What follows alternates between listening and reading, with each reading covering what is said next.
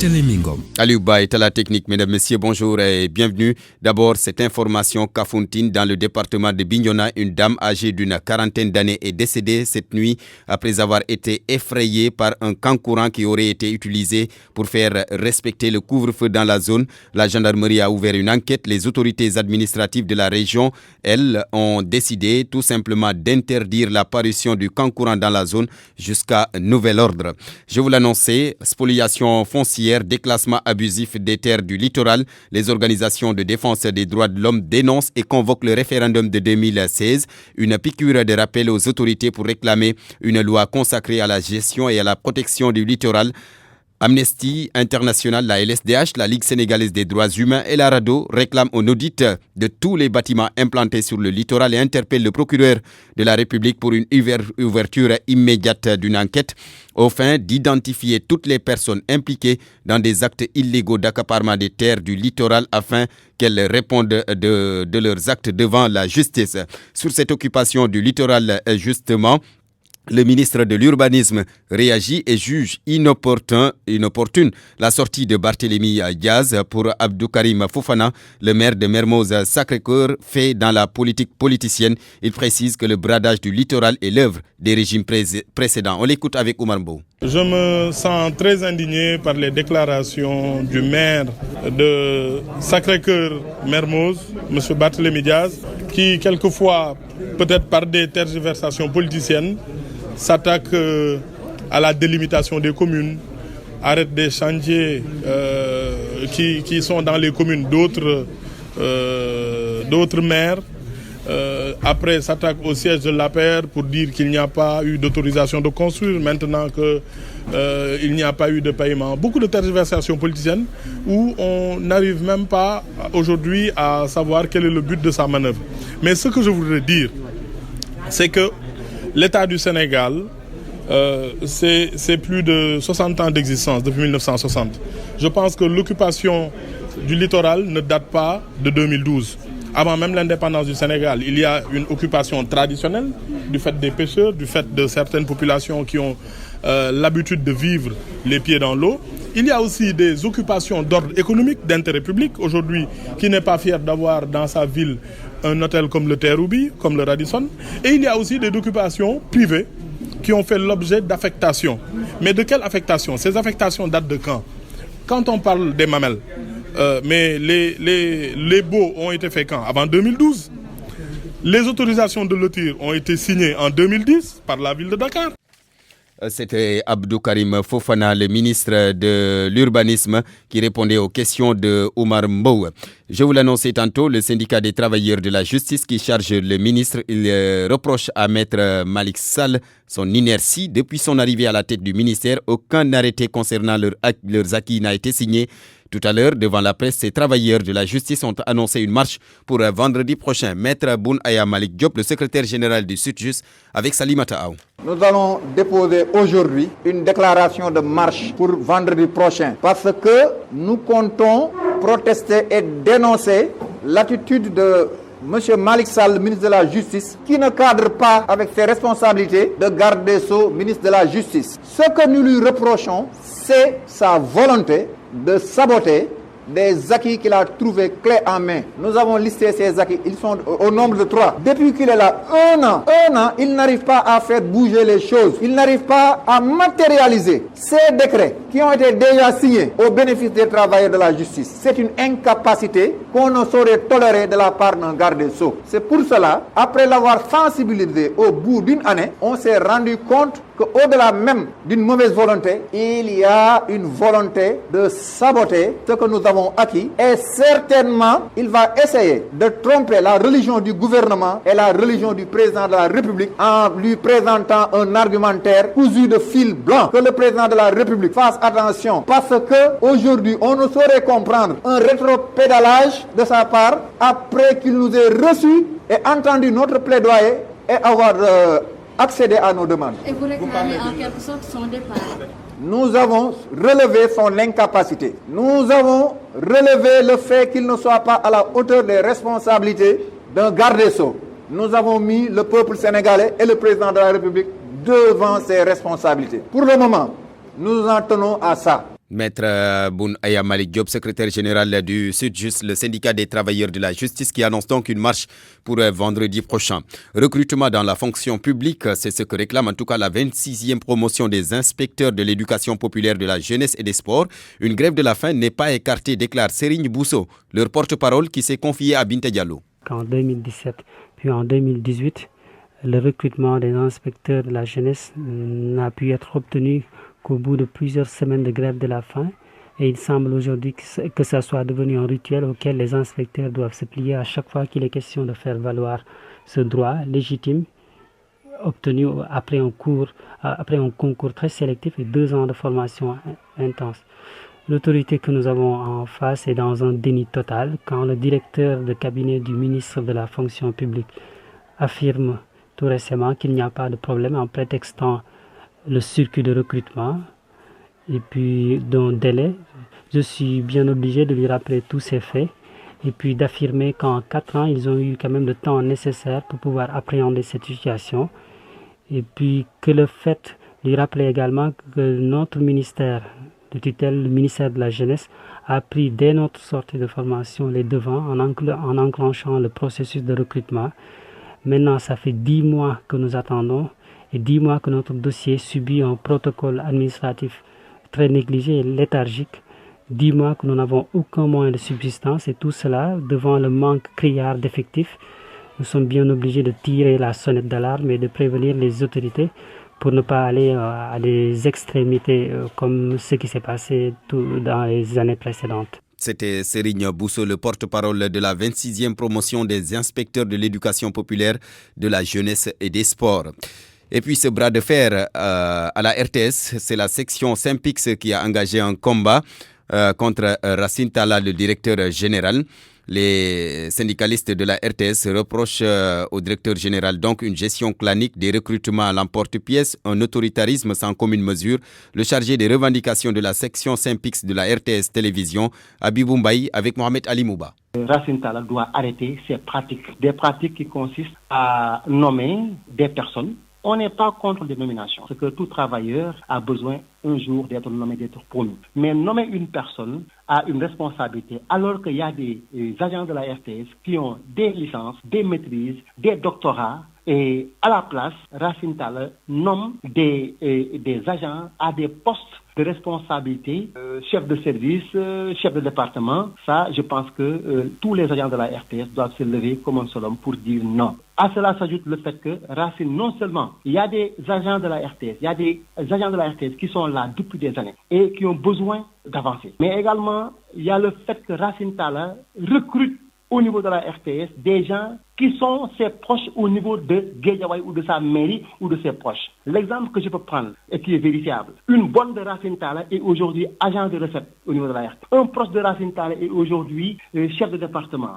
Un garde-corps de Racine Talla est devenu machiniste à la RTS. Ils n'ont fait ni stage, ils n'ont bénéficié ni de CDD et aujourd'hui ils sont bombardés d'un jour à l'autre, agent de recette, chef, agent machiniste. Et dans les régions, dans les stations régionales, il y a des gens qui sont parachutés directement dans les stations régionales. C'est-à-dire qu'on ne les recrute pas directement à Dakar, mais on les amène directement dans les régions et ils bénéficient de CDD ou de CDI, au vu et au su de tout le monde. Je pense que ces pratiques doivent cesser au niveau de la RTS. Et maintenant, la goutte d'eau, si on peut dire, qui a fait déborder le vase, c'est que pendant 2 semaines, les gens de la RTS sont sortis pour réclamer le départ du directeur des ressources humaines. Aujourd'hui, qu'est-ce qu'on voit? Un directeur des ressources humaines qui sort par la fenêtre et qui entre par une autre fenêtre parce qu'il est promu à un autre poste au niveau de l'ancienne maison. C'était donc Habib Diallo, le chargé des revendications de la section Synpics de la RTS Télévision. Eh bien, le directeur administratif et financier de la RTS, justement, qui répond au nom du directeur général. Son nom, Guilénian Touré. Pour lui, rien de tout cela n'est vrai. La majorité du personnel de la RTS, dit-il, n'est pas en phase avec les syndicalistes. Guilénian Touré, toujours avec Mohamed Ali Mouba. Ça n'engage que les gens qui l'ont dit. Mais en tout cas, si vous faites le tour à la RTS, la majorité du personnel, je dirais même 95 à 98% du personnel, parce qu'on ne peut pas faire, nul ne peut faire l'unanimité. Donc, on vous dira que la RTS a capitalisé des réalisations qui n'ont jamais été réalisées depuis que, en tout cas, la RTS, depuis plus de 7 ans. Donc, il y a beaucoup de choses qui ont été réalisées côté technique, côté gestion et gestion de l'antenne également. Donc, vous voyez, la dernière réalisation en date, c'est la migration en HD. Donc, pour ce qui est des nominations, vraiment, moi, je pense que les nominations, c'est donc c'est une prérogative du management, du directeur général. C'est lui qui nomme qui il veut, parce que je pense qu'ils ont parlé d'expérience, etc., par rapport aux nominations. Bien, d'ancienneté ou de compétences, je pense que si on prend les nominations une par une, et on n'aura pas le temps, je sais qu'on démontrera qu'aucune nomination n'a été basée sur quoi que ce soit. C'était Guilaignan Touré, le directeur administratif et financier de la RTS. Il est 12h15. RFM, fréquente modulation 94.0, la radio en puissance. RFM midi. Barthélémy Ngom. Le Covid-19, la situation du jour, 1005 tests réalisés, 92 cas positifs, 72 contacts, 18 cas communautaires, 106 malades ont été déclarés guéris, 23 cas graves sont en traitement au niveau des services de réanimation. Là-dessus, le docteur Aloyse Waly Diouf, directeur de cabinet du ministre de la Santé. Sur 1005 tests réalisés, 92 sont revenus positifs, soit un taux de positivité de 9,15%. Les cas positifs sont répartis comme suit.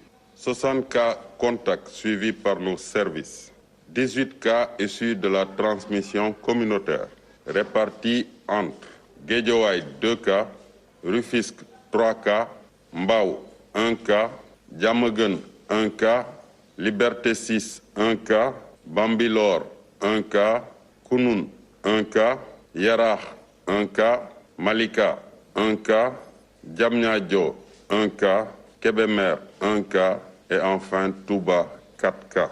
106 patients hospitalisés ont été déclarés négatifs et guéris. 23 cas graves sont pris en charge dans nos services de réanimation. L'état de santé des autres patients hospitalisés est stable.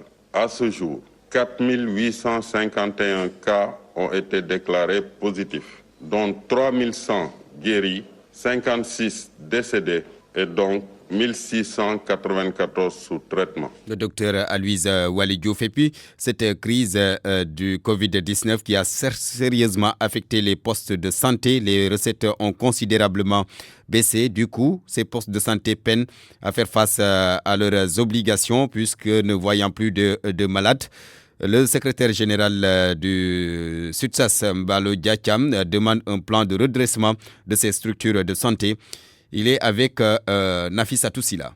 La conséquence de tout cela, vous le savez, c'est une baisse drastique donc, des recettes. Ce sont ces malades qui sont devenus des clients qui font générer les recettes, tout comme au niveau aussi des postes de santé et des centres de santé. C'est avec le ticket modérateur et les bénéfices du médicament qu'on arrive à faire fonctionner tant bien que mal les structures. Vous voyez ce que ça fait comme problème, les fonds de dotation n'arrivant pas à temps. L'établissement ne peut plus faire face à ces charges d'exploitation, à savoir le minimum pour fonctionner, à ce soit les médicaments ou les seringues et les autres outils, les autres équipements et même pour le nettoiement, ça pose problème quelque part. C'est des problèmes donc de fonctionnement à tous les niveaux et même le personnel communautaire qui aujourd'hui doit faire face à cette pandémie, donc n'a pas de quoi parce que ce personnel est payé en fonction des recettes du comité de développement sanitaire. Déjà, ils ont été laminés par le comité de développement sanitaire parce qu'ils sont à 20% disons des recettes alors qu'ils étaient à 40%. Et il y a des fonds qui sont alloués mais dans le cadre de cette lutte-là. Bon, pour la prise en charge de ceux qui font les prélèvements ou bien la question de la logistique, certaines rencontres, c'est tout. Mais c'est pas pour faire fonctionner franchement, disons, les structures. Ah oui, il n'y a pas à chercher loin. Si M. le Président de la République arrive à mobiliser 1000 milliards, mais nous pensons que 1000 milliards, c'est pour faire fonctionner correctement les structures, donc des dotations qui sont pour le tas des charges, mais aussi payer la dette contractée par la couverture maladie universelle. Mbalo Diacham, le secrétaire général du SUTSAS, par ailleurs président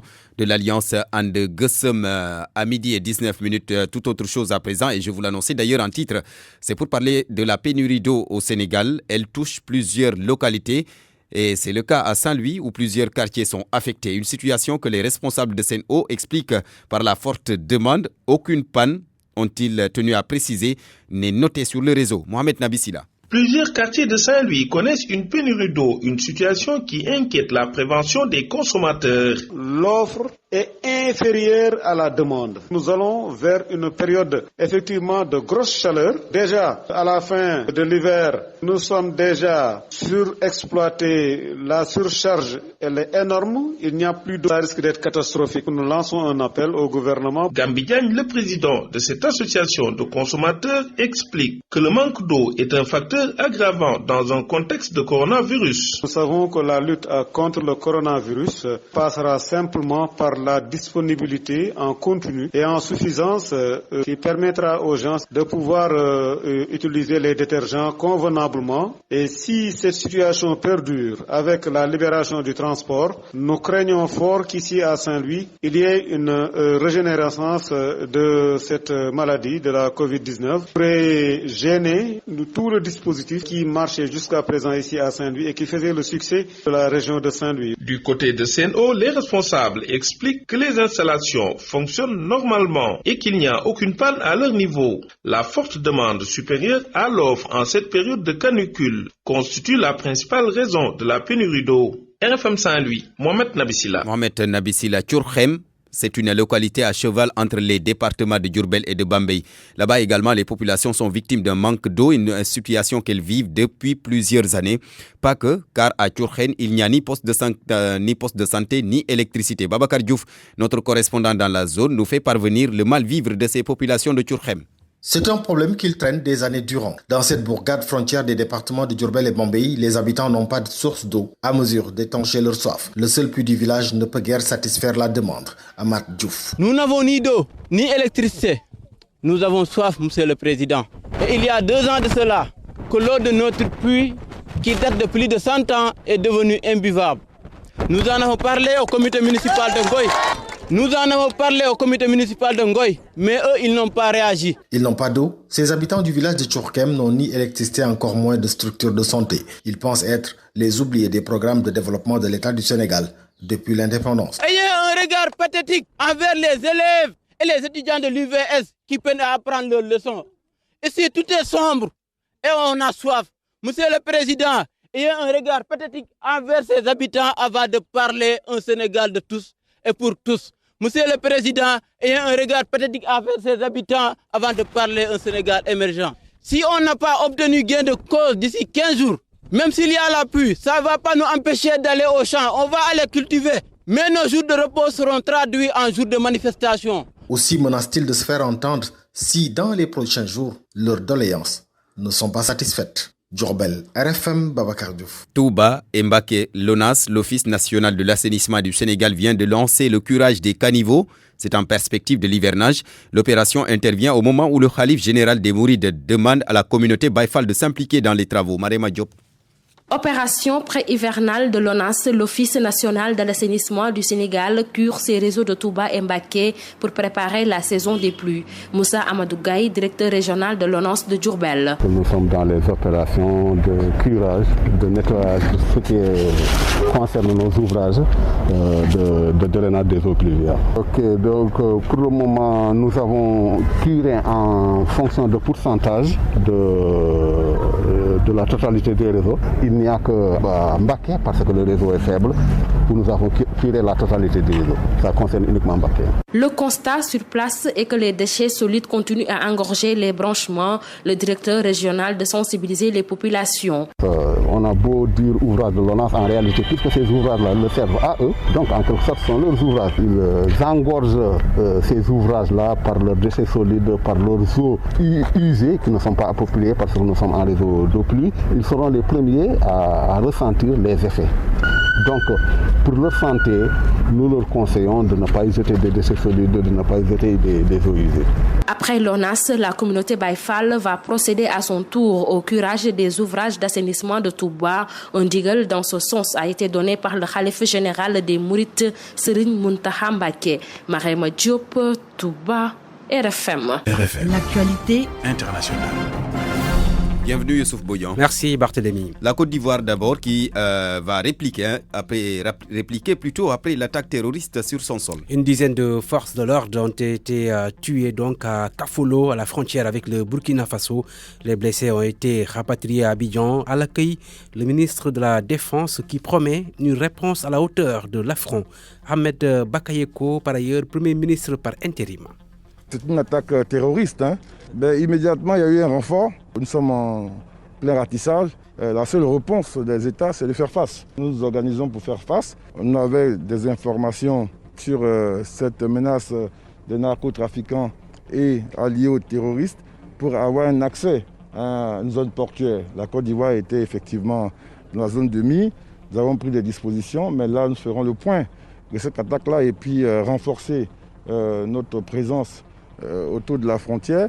Et je pense qu'immédiatement, il y aura du renfort aérien et le ratissage permettra, j'en suis sûr, de neutraliser ceux qui ont fait ça. Les forêts sont toujours très difficiles à surveiller. Donc l'opération conjointe avec le Burkina, justement, avait pour but d'évaluer les différentes menaces à l'intérieur de cette forêt et nous n'allons pas nous arrêter. Le plus important pour nous, c'est de protéger nos populations et protéger notre territoire. Nous avons un niveau d'organisation de nos forces qui nous permet de faire face. Et vous allez voir dans les jours qui viennent, la réponse sera à la mesure de cette attaque-là. Ahmed Bakayoko, ministre de la Défense de la Côte d'Ivoire, au micro de nos confrères de la radio-télévision ivoirienne. Au Mali, le Premier ministre reconduit à ses fonctions, Boubou Cissé, avait présenté hier sa démission et celle de son gouvernement qu'il dirige depuis le 22 avril 2020. Il a été aussitôt reconduit et chargé de former un nouveau gouvernement de 25 membres. Ibrahim Boubacar Keïta, qui renouvelle donc sa confiance à son Premier ministre dans un contexte de mécontentement dans la capitale malienne. Une dizaine de milliers de personnes avaient manifesté vendredi pour réclamer la démission du président Ibeka.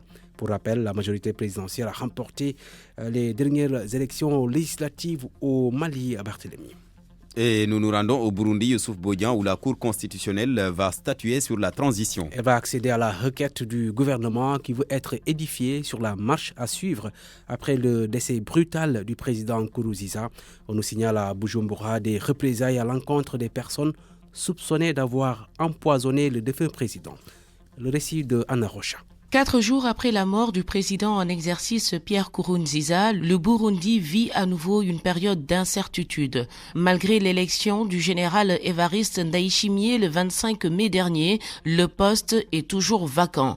D'ailleurs, le Conseil des ministres tenu hier jeudi à Bujumbura a adopté une proposition visant à saisir officiellement la Cour constitutionnelle burundaise pour constat, ce qui a déjà été fait selon le communiqué publié à l'issue du dit conseil et signé par le secrétaire général et porte-parole du gouvernement. Suite au deuil national de 7 jours décrété dès l'annonce du décès de Nkurunziza, le Conseil des ministres a aussi décidé que durant cette période de deuil, les musiques dans les bars, boîtes de nuit et les karaokés doivent être suspendues. Selon certaines informations recueillies par RFM sur place, certains dignitaires du régime veulent faire passer la thèse de l'empoisonnement. Ils auraient arrêté et tué certaines personnes. Les 4 généraux en question avaient déjà pris le défunt en otage et déjoué un coup d'État.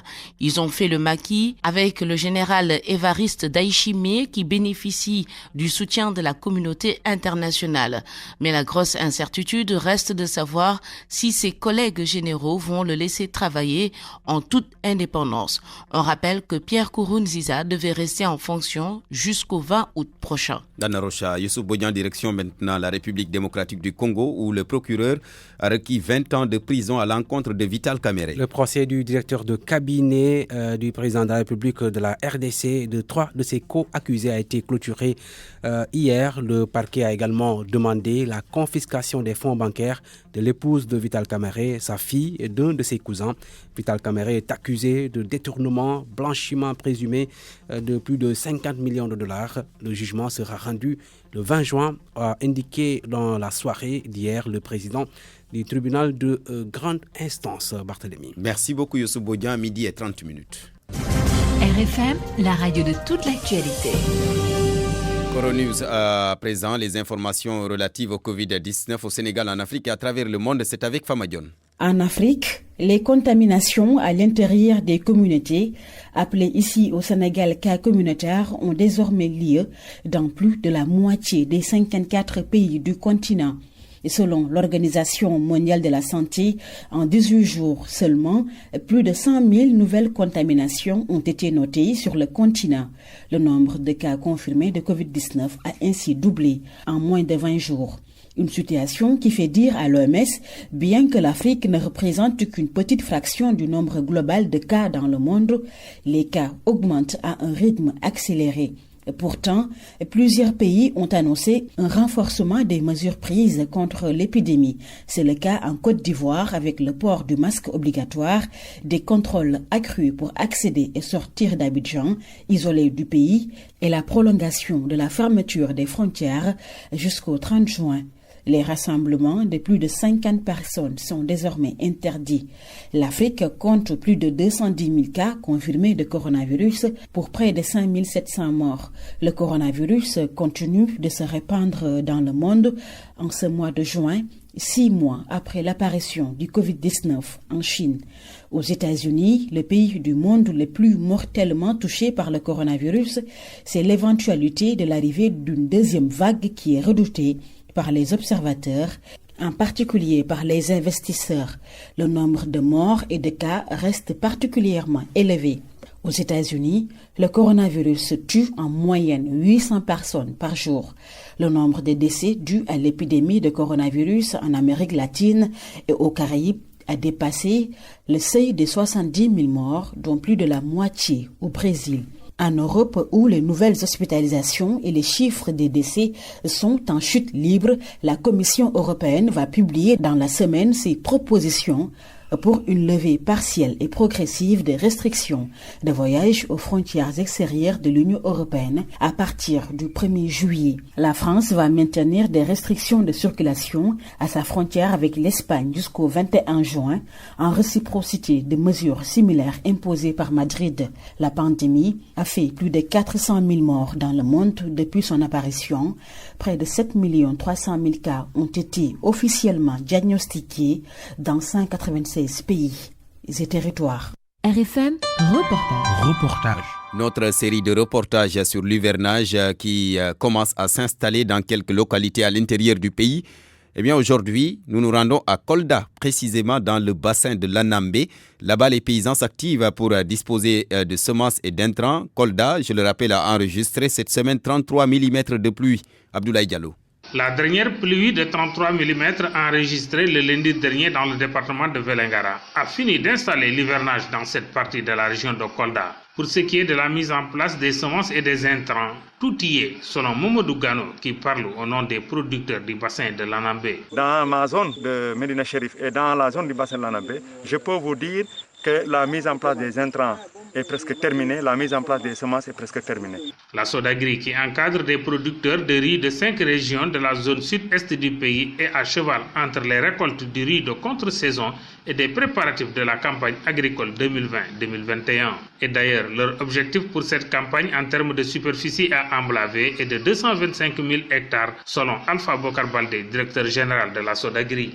Entre Kédougou et Ziguinchor, en termes de prospection, on a actuellement plus de 225 000 hectares à travers donc ces 5 régions. On a une nouvelle antenne à Nioro et donc au total on est sur 225 000 hectares pour cet hivernage-là. L'une des difficultés qui entre le sommet des producteurs est l'absence des banques à leur chevet pour des crédits de campagne, il nous dit Issa Baldé, président des GIE de producteurs du secteur 5 du bassin de l'Anambé. Au niveau du secteur 5, cette année, on n'a pas pu avoir un crédit au niveau des banques parce que nous avions fait les demandes, mais malheureusement la banque, ils n'ont pas pu financer. On ne sait pas pour quelle raison. Ces producteurs réclament un renfort en matériel agricole, notamment des tracteurs et des moissonneuses.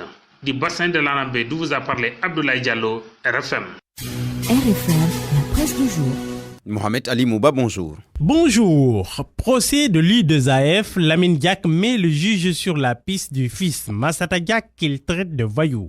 Le mot a fusé comme une balle dans la salle d'audience. Et oui, à la surprise générale, constate le journal Le Quotidien, Lamine n'a pas épargné son fils Pape Massata. Quand j'ai appris que mon fils était dans le dossier de corruption et de dopage, je suis tombé des nues, dit-il. Le journal rappelle que l'ancien conseiller marketing de l'U2AF proposait à son père de remettre des sommes d'argent à des officiels de l'U2AF pour ralentir les procédures de suspension des athlètes russes. Interrogé à ce propos, Lamine Diack concède mais affirme avoir voulu sauver seulement la santé financière de l'U2AF, mais refute avoir reçu de l'argent pour financer la politique ou une quelconque campagne électorale. Pas au courant non plus du paiement par des athlètes russes de Potvin. Au vu de l'ancienneté des faits à lui reprocher et son âge avancé, Lamine a visiblement manqué de cohérence et de lucidité dans sa posture.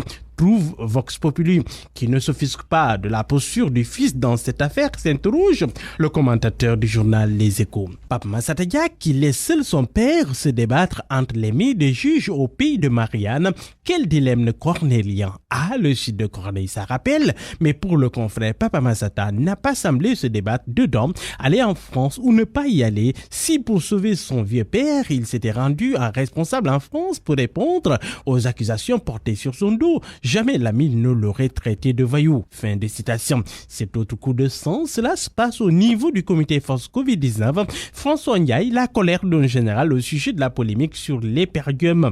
C'est une fausse information, dit-il. Nous faisons du bénévolat, s'emporte encore le général, avant de lancer à qui veut l'entendre que cette crise a fait éclore des talents aussi bien bénéfiques que maléfiques. Depuis le début, on s'est tu, on a laissé faire et on a laissé braire, mais le comité ne saurait être un terrain de jeu politique. La mission continue. Pour le journal Le Quotidien, François Ndiaye, droit dans ses bottes, le journal Tribune parle de tir de sommation, mais pour tous ces mangas, notre général veut juste redorer son blason. En tous les cas, le journal Les Échos note que cette conférence de presse du comité a permis de révéler les failles du ministre Mansour Faye. En dehors du riz pour les autres denrées, les kits ne sont pas encore complets. François Ndiaye révèle qu'il faut stabiliser le registre parce qu'il n'est pas encore fiable. Il ne faut pas donner de faux espoirs aux populations car tout le monde ne pourra pas être servi. En voilà un desservi dans un autre registre, le foncier à Dakar. Dr Malik Diop de l'AFP a reçu des terres réservées au service public à Ouakam, écrit à Grand Place. Selon le journal, son chantier de plusieurs étages ferme la seule issue du quartier Cité Corniche des populations de Ouakam sous la hantise d'un éboulement. Accusé d'avoir offert 5000 mètres carrés à un ministre, Mambo Yao, toute griffe d'or, soupire libération. Il renvoie ses détracteurs à la sourate 104 Al-Humaza, promettant de revenir sur les activités concernant la gouvernance foncière. Les licences de pêche l'irréfutable par les preuves. Source A confond ce matin le ministre de la Pêche. Le 25 avril 2020, le ministre Alioune Ndoye chantonnait selon le confrère « Depuis ma venue dans ce ministère, je n'ai pas signé une seule licence de pêche », mais il blaguait car le 17 avril, il avait fini de paraffer au moins 4 licences de pêche. Le confrère a donné la parole à Patrice Sané, conseiller en communication du ministre de la Pêche et de l'économie maritime. Ce dernier dit « J'ai vu ces 2 licences que le ministre a signées en avril, mais ce sont des renouvellements. Il n'a pas signé de nouvelles licences. » Sport pour boucler à la une du journaliste de Quotidien. Ronaldo ce vendredi, Messi samedi, le comeback des 2 extraterrestres, s'exclame en une le confrère.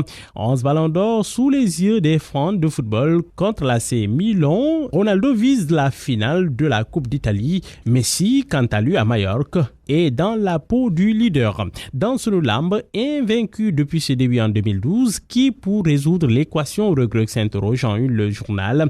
Un arsenal mystique impressionnant, une force herculienne, c'est ça Regreg aussi. Devant Regreg, en tout cas, Elton déraille, grille de patauge. À la une du journal Sonolambe, invaincu depuis ses débuts en 2012, qui pour résoudre l'équation Regreg s'interroge en une le journal.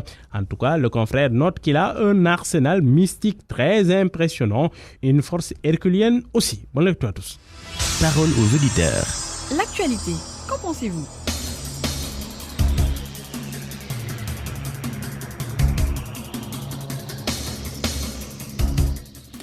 À 12h39, quelques minutes donc pour décrypter la communication du ministère de la Santé et de l'Action sociale. Doit-elle changer suite à l'assouplissement des mesures de restriction et dans un contexte de relâchement concernant l'application des mesures barrières? Nous sommes en ligne avec le docteur Saïd Gueye. Monsieur Gueye, bonjour. Allô? Bonjour, c'est Ousmane Gueye. Ousmane Gueye, vous m'excusez, enseignant-chercheur au CESTI, spécialiste de la com de crise. C'est Saïd, il y a Saïd Gueye et Ousmane Gueye. Saïd Gueye. Oui, voilà. Donc c'est Saïd Gueye et Ousmane Gueye. Voilà, Ousmane Gueye, c'est vous qui m'avez répondu tout à l'heure. Vous êtes le directeur du CNEPS, le Service national de l'éducation et de l'information pour la santé. Le docteur Saïd Gueye, cette fois-ci. Bonjour, monsieur Gueye. Oui, bonjour. Voilà, vous êtes enseignant-chercheur au SOSTI, spécialiste de la com de crise. Alors, d'abord, monsieur Gueye, parce que il faut préciser sur les noms, monsieur Gueye, Saïd. Alors, comment d'abord vous comprenez, comment décryptez-vous en tout cas la communication du ministère de la Santé, communication sur le Covid-19 depuis le début jusque-là, globalement? Globalement, il faudra dire que c'est une communication qui a suivi plusieurs étapes. Au départ, on était dans une communication pour faire passer le message, pour faire connaître le message. Donc une fois le message, perçu. Une fois le message perçu, il fallait changer de méthode. Ça veut dire que quand on a commencé à avoir les premiers cas communautaires, il fallait changer de méthode. Et c'est là où le changement de cap, où le changement d'horizon a été mal négocié. Parce que ce qu'on appelle l'engagement communautaire n'a pas été réussi. Au-delà du ministère de la Santé... Donc pour vous, il fallait une autre communication pour l'engagement communautaire? Effectivement, il fallait anticiper et il fallait aussi s'adapter par rapport aux changements observés sur le terrain. C'est ce que l'on n'a pas encore réussi par rapport à cette communication. D'accord. Alors, je donne la parole à M. Gueye, Ousmane. Alors, vous avez entendu tout à l'heure M. Gueye relever des manquements dans la communication, surtout concernant l'engagement communautaire. Est-ce que vous pensez que tel est le cas?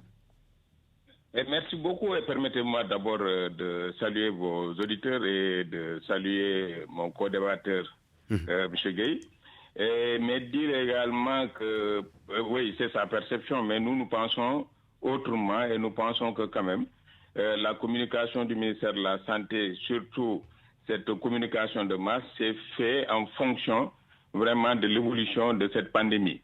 Donc, à chaque étape de cette pandémie, nous avons élaboré une stratégie qui corrobore effectivement avec cette évolution.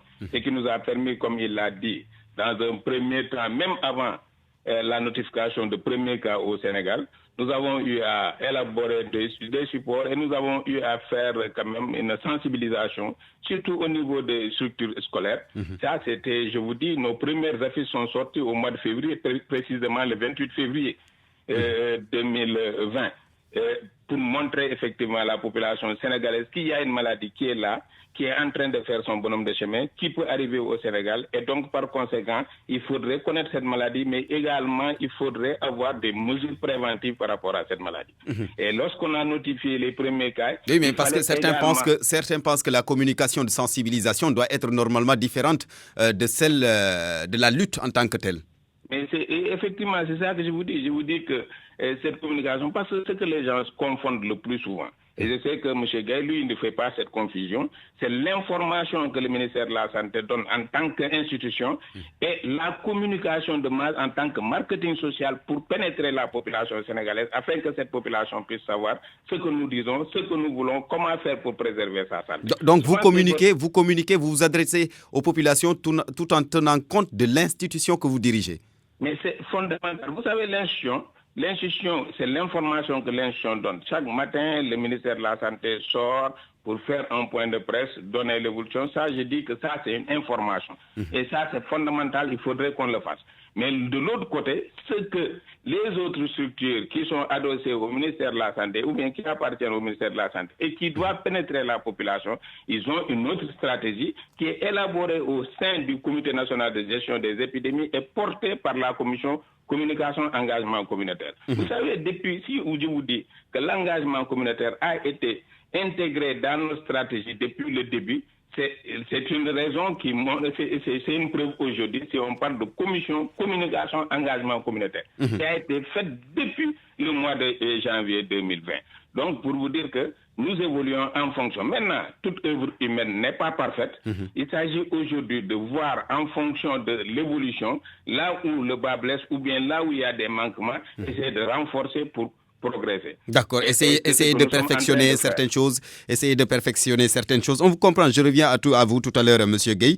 Alors, M. Gueye Saïd, Ousmane l'a dit tout à l'heure, toutes les communications pratiquement ont été adaptées aux différentes étapes de la maladie. On dit souvent que l'information n'est pas la communication. Vous pensez que cette communication-là qui entoure la crise, la pandémie du Covid-19 au Sénégal a été mal gérée jusque-là? Oui, bon, je ne vais pas revenir sur le discours de Dr Gueye parce que voilà, c'est un discours institutionnel, je le comprends très bien. Ce qu'il faudra dire, c'est que les scandales ont eu un impact sur la réception par les populations des messages de sensibilisation. Autrement dit, il y a une rupture de confiance parce que la communication commence par l'écoute. La communication commence par la confiance. Et aujourd'hui, surtout que certains croient encore à l'inexistence de la maladie. Effectivement, parce qu'on n'a pas su utiliser l'intelligence sociale de la population. Donc, si sur le plan des messages, le message peut être partout, mais essayez d'observer aujourd'hui ce qui se passe. Il y a un relâchement, vous avez lâché ce mot tout à l'heure. Allez le soir autour de quelques plages, vous allez remarquer que les gestes barrières ne sont pas respectés actuellement. Donc, je pense que cette communication dépasse le ministère de la Santé et de l'Action sociale. C'est une communication qui a été infectée par des problèmes de gestion au niveau des vivres, au niveau des transports, au niveau de l'éducation. Et ces messages au niveau communautaire. Voilà, et au niveau communautaire, la population a été désorientée. Aujourd'hui, on parle plus des problèmes d'eau, aujourd'hui, on parle plus des problèmes de littoral, aujourd'hui, on parle plus des problèmes de foncier que du coronavirus. Donc, il faudra quand même, il faudra quand même faire une analyse très froide de la situation, savoir que la communication, c'est pas seulement une communication médico-sanitaire, mais c'est une communication globale. D'ailleurs, il y a même un manque d'initiative du ministère de la Santé. Le ministère de la Santé est toujours à l'écoute. Rappelez-vous le discours du 11 mai du président de la République. Pendant la journée, la directrice de la prévention, disons la directrice, je ne sais pas de la prévention, mais de la pandémie. La directrice de la santé. Voilà, de la santé, mais a fait une sortie.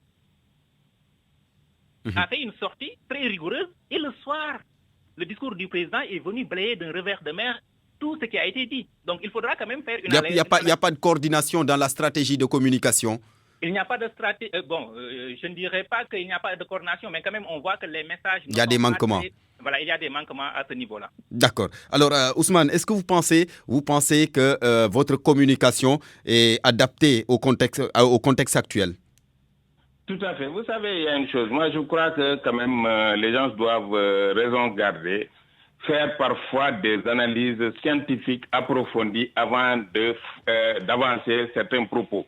Je crois qu'il est important aujourd'hui de dire que nous avons fait une étude, nous avons sondé la population sénégalaise, voici les résultats. Et à partir de cela, on peut peut-être affirmer, dire que la population est en relâchement ou bien la population est ceci et cela. Je pense que quand même, c'est fondamental quand même qu'on se base sur des études. Donc vous n'êtes pas convaincu, vous m'excusez, de ce relâchement dans l'application des mesures barrières. Le relâchement, il faudra peut-être relativiser. Certes, moi-même qui vous parle, je l'ai dit sur beaucoup d'antennes, dire que nous dépassons aujourd'hui des populations sénégalaises qui ne portent plus de masque, ou bien aujourd'hui ils sont dans un sentiment de relâchement. Mais qu'est-ce qui est à l'origine de cela? Vous savez, dans toute chose, il est important de faire un recul et de voir ce qu'il y a à refaire. Vous pensez que c'est lié à quoi? Non, voilà, je viens personnellement. Vous savez, personnellement, moi, à un certain moment, j'ai dit que les gens ont mal compris ou bien ils ont beaucoup... Est-ce que vous avez dit les gens ont mal compris? Est-ce que ça ne veut pas dire que parce qu'ils ont été aussi mal expliqués, ils ont reçu une explication? C'est possible. Moi, je n'écarte aucune hypothèse. Mais je peux dire, aujourd'hui, nous avons eu certaines études qui nous ont montré que 98% de la population, aujourd'hui, c'est quoi la COVID-19? 98% de la population, aujourd'hui, peut vous réciter les gestes barrières. Maintenant, qu'est-ce qui reste?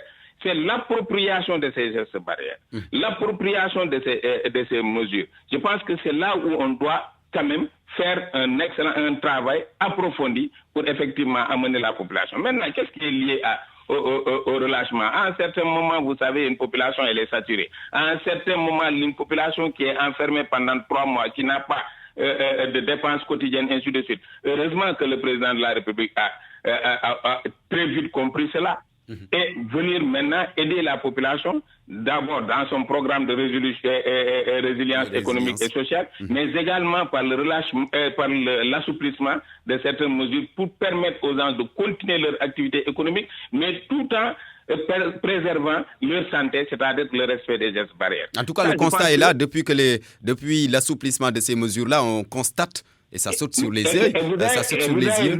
Vous conviendrez avec nous que depuis ce jour, le ministère de la Santé et de l'Action sociale a eu à réadapter ou bien à réorienter son approche dans le cadre de l'engagement communautaire, dans le cadre du marketing social. Ce qui fait qu'aujourd'hui, si vous voyez, nous disons que s'il y a à faire des efforts, 80% des efforts doivent se faire au niveau de Dakar et 20% dans le reste du pays, parce qu'on pense que Dakar, si on maîtrise Dakar, on maîtrisera très, très rapidement tout le reste du pays. Merci beaucoup. Vous avez vu avec nous que nous avons mis en place des comités locaux dans les quartiers. À Dakar, nous avons amené aujourd'hui ce qu'on appelle une sensibilisation de proximité et qui permettra quand même à la communauté de porter le combat. Je pense que c'est ça dont on a besoin aujourd'hui, et de dire à la population, ne vous relâchez pas. On peut continuer nos activités économiques, on peut continuer nos activités, mais tout en préservant notre santé, c'est-à-dire par le respect des gestes barrières. Merci beaucoup Ousmane Gueye. On vous retrouve tout à l'heure à 13h. Saïd Gueye, je termine avec vous. Vous êtes spécialiste de la communication de crise. Alors, à l'instant T, à l'étape où nous sommes, quel est le message à tenir à l'endroit des Sénégalais pour atteindre la masse, bien sûr? Oui, tout juste revenir que quand je parle, je ne parle pas sous le vent, je ne parle pas dans le néant. Je me base sur une étude qui a été faite par l'anthropologue, le professeur Sylvain Landry-Faye de l'UQAT, et aussi de 2 articles que je vais bientôt publier, l'un dans une revue du bulletin de l'IFAN et l'autre dans une revue marocaine. Donc je ne parle pas sous le vent, je parle à partir d'une étude ethnographique, à partir d'une analyse de contenu et à partir d'une observation des contenus.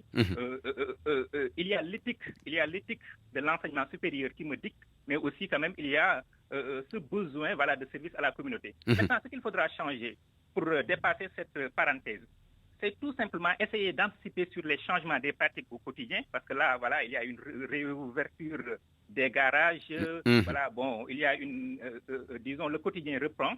Et ensuite, il faudra aussi toujours s'adapter aux changements observés d'une localité à une autre. Quand vous allez à Kolda, par exemple... Tenir compte des spécificités de chaque localité. Effectivement. Et maintenant, donner aussi la communauté, il faut que la communauté s'engage. Mais cet engagement de la communauté, en fait, on ne doit pas le forcer. D'accord. Merci beaucoup. Merci en tout cas Saïd Gueye. On vous retrouve vous aussi tout à l'heure à 13h. Saïd Gueye, enseignant-chercheur au CESTI, spécialiste de la communication de crise. Merci également au docteur Ousmane Gueye, directeur du SNEPS, le Service national de l'éducation et de l'information pour la santé. C'était Point de vue. C'est la fin de ce journal présenté par Barthélémy Ngom. Réalisation Mohamed Ali Mouba, mise en onde Ali Ouba. Merci de votre fidélité. Prenez soin de vous. L'info revient dans moins de 7 minutes à 13h. Un journal en Wolof avec Papa Ndiaye.